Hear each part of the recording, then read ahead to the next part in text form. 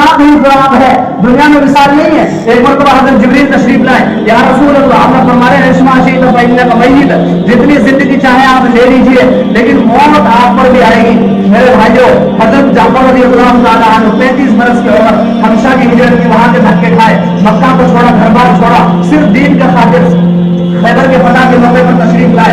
آپ نے فرمایا جعفر مجھے محسوس ہوتا ہے کہ میں تیری آمد پر زیادہ خوش ہوں، فتح پر زیادہ خوش ہوں. میرے بھائیو، اللہ کے نبی نے انہیں ملک شام بھیج دیا اور کہاں زید امیر ہیں، اگر وہ شہید ہو جائیں تو حضرت جعفر امیر ہیں، اگر وہ شہید ہو جائیں تو حضرت عبداللہ بن رواحہ امیر ہیں. حضرت زید میدان میں شہید ہو گئے. حضرت جعفر رضی اللہ تعالیٰ عنہ جب میدان میں آئے تو شیطان ان کے سامنے آیا انسانی شکل میں، اور کبھی کبھی شیطان انسانی شکل میں سامنے آ جاتا ہے. حضرت جعفر رضی اللہ تعالیٰ عنہ نے فرمایا الان اب آنے کا وقت ہوا ہے جبکہ یہاں موت اور زندگی کا معرکہ ہے. ایک دم اپنے آپ کو جھٹکا اور یہ اشعار پڑھتے گئے اور آگے بڑھتے گئے.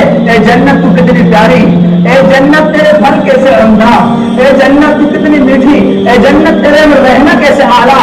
یہ اشعار پڑھتے گئے اور آگے بڑھتے گئے. ایک ہاتھ کٹا، دوسرا کٹا، جسم کے ٹکڑے ٹکڑے ہو کر زمین پر گر گئے.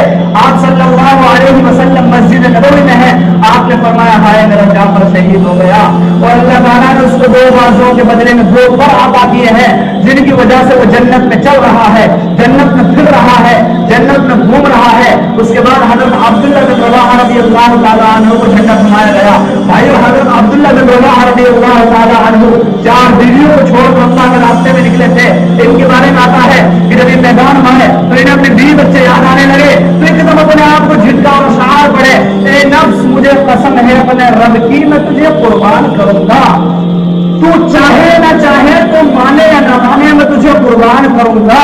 ارے تجھے عرصہ ہو بیوی بچوں میں رہتے ہوئے، اب تو جنت کا شوق کر.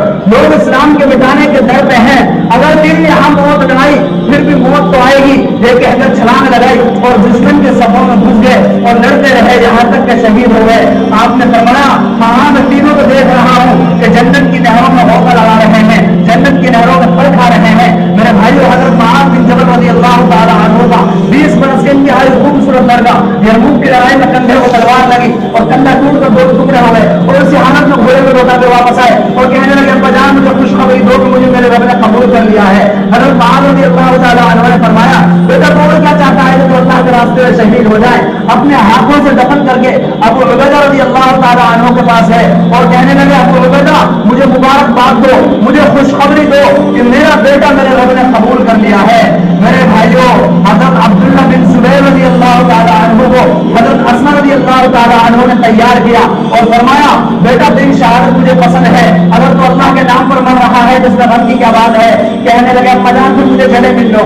جب گلے ملنے گئی تو معلوم ہوا کہ عبداللہ نے زنا پہنی ہوئی ہے، چونکہ حضرت اسما رضی اللہ تعالیٰ عنہ نابینا ہو چکی تھی. کہنے لگی بیٹے ایک طرف تو تم اللہ کے نام پر مرنا چاہتے ہو اور دوسری طرف تمہیں زنا بھی پہنی ہوئی ہے. کہنے لگے ابا جان مجھے ڈر ہے کہ کہیں میری لاش کی بے حرمتی نہ کر دیں. کہنے لگی بیٹا جب بکری ذبح ہو جاتی ہے نا تو اس کی کھال کھینچو، اسے کیا پرواہ، جب وہ اپنے رب کے پاس پہنچ جائے گا تیرے جسم کے ساتھ جو کرنا چاہے کرے تجھے اس کی کیا پرواہ. تو ایک کرتے اور دھوتی میں روانہ کیا. بھائیو، حضرت عبداللہ بن زبیر سے جوان تھے کہ اکیلے ہزاروں کے سامنے کھڑے ہو جاتے تھے. لوگ ان کو کہا کرتے تھے عبداللہ انسان نہیں، عبداللہ تو جن ہے، کیونکہ ایک دفعہ آپ صلی اللہ علیہ وسلم نے انہیں اپنا خون دیا تھا اور کہا تھا جاؤ اسے دفن کر کے آ جاؤ. وہ خون انہوں نے پی لیا تھا، اسی خون کی طاقت تھی کہ اکیلے ہزاروں کے سامنے کھڑے ہو جاتے تھے. میرے بھائیو، میدان میں آئے جب چاروں طرف سے تلواروں کا مہ برس رہا تھا تو ایک پتھر سر پر لگا اور سر سے خون کا فوارہ چھوٹ گیا. جو پاؤں پر گرا تو فرمانے لگے ولسنا علی الاعقاب تدمع قلوبنا ولكن على الاقدام تقطر دماء اسماء ان قتلت لا تبكيني لم يبق الا حسبي وديني. ہم وہ نہیں جو اللہ کے راستے میں پیٹ دکھا کر کے بھاگ جائیں، ہم وہ ہیں جو اپنے پاؤں کو خون سے رنگین کرتے ہیں، ہم کبھی پشت نہیں دکھاتے.